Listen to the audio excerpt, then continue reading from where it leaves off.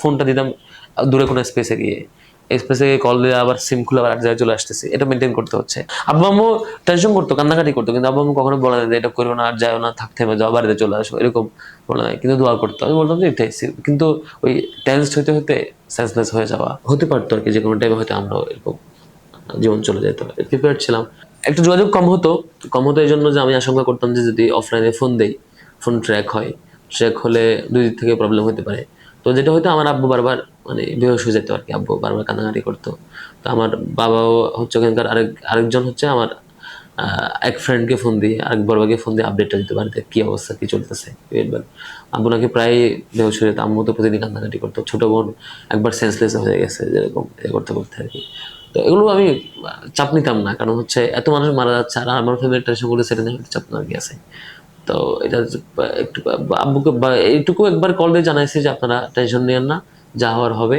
আর আব্বু যেহেতু জানতো যে আমরা এরকম একটা পলিসি লেভেলে বা গুরুত্বপূর্ণ লেভেলে কোঅর্ডিনেট করতে হয়, আমাদের খুব বেশি টেনশনটা করতো যে কখনো কি হচ্ছে না হচ্ছে, বারবার বের হচ্ছে, ফোন দিলে বারবার মানে খুবই টেনশন করতো, কান্নাকাটি করতো বারবার, মানে অনেকবার বেহুশ হয়ে গেছে, সেন্সলেস হয়ে গেছে, স্ট্রোক করার মতো অবস্থা, এরকম অবস্থার মধ্যে দিয়ে গেছে। কিন্তু আমি পার্সোনালি এটাতে বিচলিত হই নাই। বারবার বলছি যে আপনারা টেনশন করেন বা যাই করেন, আপনার তো কিছু করার নেই, এখন দোয়া করতে পারবেন, এইটুকুই দোয়া করেন, আর আমরা চেষ্টা করতেছি কতটুকু কি করা যায়।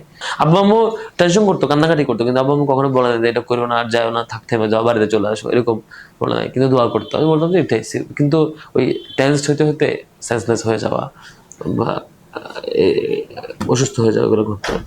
তো আম্মু সেম, ছোট বোন, আমার ছোট বোন আছে, ছোট বোনও সেম এরকম বারবার কান্নাকাটি করতে। একটা অনেকদিন পর একটা কল দিলে, 1 সপ্তাহ বা 3 দিন 4 দিন পর একটা কল দিলে সবাই মুখে যেত যে কবে আমরা কল দিচ্ছি, এটা লাউড স্পিকার দিয়ে সবাই শুনবে। বেশি বলতাম না, কারণ ফোনটা দিতাম দূরে কোনো স্পেসে গিয়ে, স্পেসে কল দিয়ে আবার সিম খুলে আবার এক জায়গায় চলে আসতেছি, এটা মেনটেন করতে হচ্ছে। তো আমি আবার ওই প্লেসে তো আবার পাওয়া যেতে পারছি না, আমার কমন প্লেস থেকে আমি ফোন দিতে পারছি না, এটা আবার মেনটেন করতে হচ্ছে, নেটওয়ার্ক বন্ধ, সবগুলো মিলিয়ে বেশ ভালো জটিলতা গেছে আর কি। জুলাই আগস্টের আন্দোলনে হামলার মুখোমুখি কতবার হয়েছে? বেশি হয়েছে 9 দফা যেদিন লেকবার টাইম ওদিন, তো অনেকবারই, যতবারে বের হয়েছে ততবারই এইসব ঘটনা ঘটেছে বারবার। এখান থেকে দৌড় দিয়ে ওখানে যাওয়া, এখানে পিছনে মামলা, ধাক্কাধাক্কি। তো ওই দিন ওই 9 দফা লেখার যেদিন, সেদিন হচ্ছে একাধিকবার আক্রমণের শিকার হতে হয়েছে, মানে বারবার, একবার লিখতে যাওয়ার সময়, একবার উপরে উঠে লেখা শেষে যোগাযোগের সাথে আলাপ করে ফাইনাল করে প্রেসে পাঠানো, বের হওয়া, অর্ধেক লেখা অর্ধেক শেষ করে একবার অ্যাটাক আসছে, বাইকের দাগে আগুন ধরাই দিচ্ছে, আবার বের হয়ে এটা আবার ডিল করা, এরকম হয়েছে। তারপর এখান থেকে আবার এটা নিয়ে আবার মিডিয়াতে পাঠানোর ক্ষেত্রে বারবার ফেস করতে হয়েছে, ওই দিন একটু বেশি ফেস করতে হয়েছে, প্রায় 5-6 বার মনে হয় এরকম বারবার সরাসরি সংঘাত ফেস করতে হয়েছে। তবে কতবার সংখ্যা বলা যাবে না, কারণ যতবারই বের হয়েছে ততবারই এগুলো ফেস করতে হয়েছে, এই দৌড়ঝাঁপ, ধাক্কাধাক্কি, দৌড়াদৌড়ি, এগুলো হয়েছে। চোখের সামনে অসংখ্য মানুষের শহীদ হতে দেখছি, গুলি খেতে আহত হতে দেখছি, এগুলো যে কোনো টাইমে আমরা হতে পারতো আর কি, যে কোনো টাইমে হয়তো আমরা এরকম জীবন চলে যেত। প্রিপেয়ার্ড ছিলাম, আল্লাহ কাউকে বাঁচিয়ে রাখে। আমাদের তো জসিম ভাইকে তার চোখ এটা চলে গেছে, আপনি দেখেছেন।